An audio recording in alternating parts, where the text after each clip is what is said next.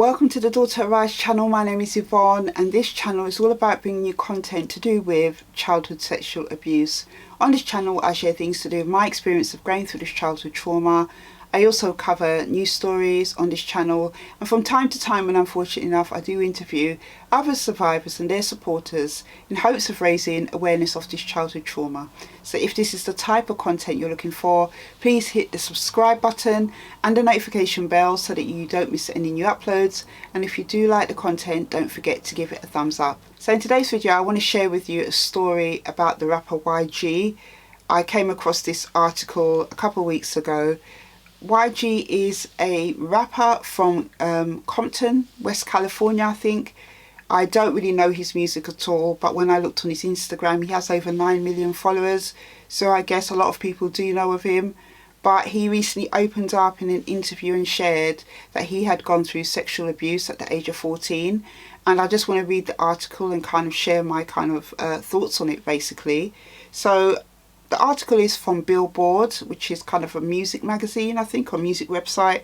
I will leave a link to it in the description box below. So it says, YG revealed he was the victim of sexual abuse when he was a teenager on his poignant 2004 single, which was released in March. The Compton rapper is opening up about being sexually assaulted by a 30-year-old when he was just 14 years old. He shared, "I kept it inside for such a long time. My family's first time hearing about it was when the record came out." The 35-year-old said he played the track for some of his male friends and was surprised to hear that many of them could relate after enduring similar experiences growing up. He said 90% of the people that he played the track for, the men, all got similar stories. That was the conversation everyone was having, he said. It was like, yeah, I was sexually abused. That is a big deal. This is the thing. This is why I like covering these type of stories, even though as tragic and unfortunate as it is for survivors who have gone through this.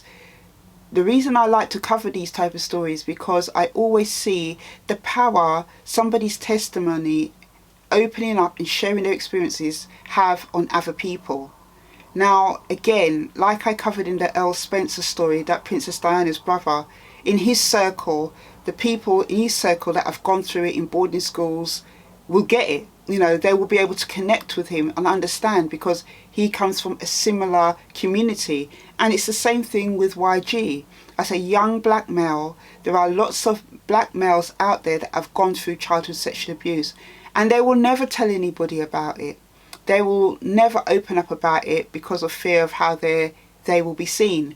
But the fact that he did this track and he opened up about it, and then other people were able to open up about it and it started this conversation, that is a really powerful thing. And so healing for those that have kept it in for so long. I mean, him as a 35-year-old saying that at 14 he went through this, that's over 20 years he didn't say anything. And as I've shared on this channel before, a lot of survivors don't open up for many decades after going through childhood sexual abuse. And I'm glad that he's been able to find a creative way through, you know, his creativity through music to be able to do this. When the encounter took place over 20 years ago, YG thought it was lit, meaning this was an awesome, great experience. He didn't realise at the time that he was being sexually assaulted as a 14-year-old boy. He said, "It wasn't a thing that I did something with an older woman, I was just thinking it was lit." YG explained of his thought process at the time. He then said, you go through life and you see stuff and you learn stuff and it's like, oh, I got raped. This is the thing that I say on my other videos and what many survivors have said. It's only through education and knowledge and information that comes your way later on in life you get to understand the gravity of what you have gone through. At the time when you're going through it, you've got nothing to compare it to, whether it's right or wrong. Especially if you're growing up in all these decades like 60s, 70s, 80s, 90s, even 2000s, even now I would even say in some places. He then went on to talk about how the single 2004 came together, and it was when he was with somebody called Jay Pounds, and this producer or somebody to do with this record pushed him to open up about something he had never talked about before on a record. And he said to him, you've got to talk about something you've not talked about, you've got to dig deep. What's something that you ain't never told anybody, that nobody knows? And he recalled, yeah, that was when I said, like, you know, I'd gone through abuse. And then he recalled, I was like Bop twice my age, and everybody was like, what? Basically, you know, talked about being sexually abused by a woman twice his age. The rapper YG hopes his honesty influences peers and fans to tell their stories, especially coming from an artist, somebody like me, that's unexpected. YG grew up in a hood. He's, you know, quite well known, as I said. He said that people put him in a box, they look at him because they're like gang members, they think that they're animals and that they're not human. But he says, like, bro, I'm human, I go through real stuff. He goes on to say that 2004 came as a shock to many of his fans and friends. And he said it's only the tip of the iceberg as far as his personal story goes.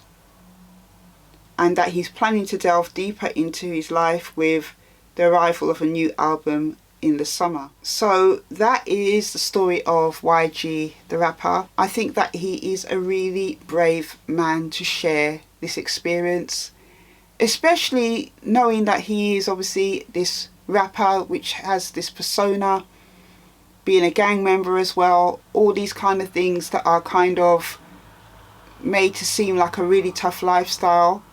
But then he's opening up about stuff like this. And I hope and pray that many, because of his honesty and vulnerability in sharing this, can come forward and share their experiences. No matter the background, class or race, childhood sexual abuse is not discriminatory. Anybody can go through childhood sexual abuse. And if those of us who have gone through it are brave enough to share our stories, then some good can come out of it. YG is very brave and I wish him all the best. But I just wanted to share that story with you guys. So until the next video, take care.